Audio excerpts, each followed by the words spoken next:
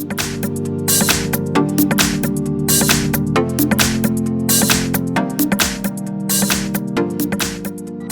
have iPhone XR and let me show you how to open the field mode on the following device.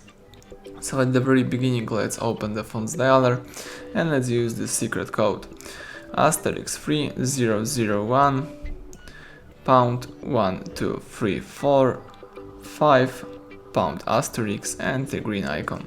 That's it, the main menu of the field mode pops up. Here you can check out device info. You can, for example, open the SIM files.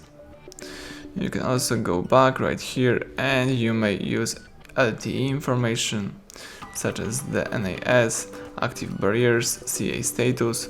You can also here from the main menu choose UMTS and the GSM. So that's it, everything went well, thank you for watching, please subscribe our channel, leave thumbs up under the video.